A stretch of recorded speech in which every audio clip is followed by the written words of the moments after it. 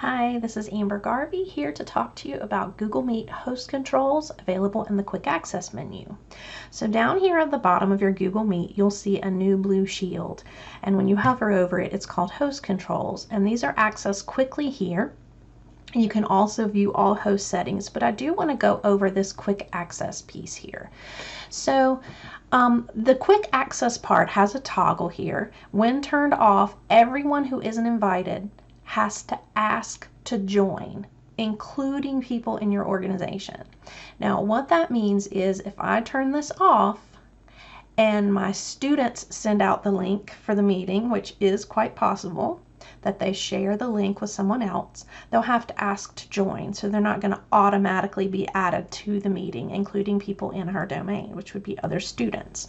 So you may want to turn this off so that you don't have random people out there joining who have the Meet information without you approving them to get in. So that's one thing that you can do to kind of help with safety. Also, you have the ability to toggle on sharing the screen or sending chat messages for your participants. If you don't want them to be able to share their screen at all, you can turn this off here.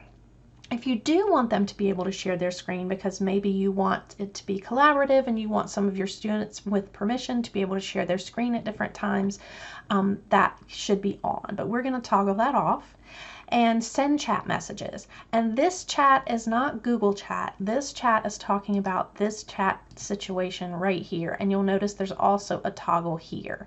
So do you want your participants to be able to chat there or not? So you can turn this off if you'd like.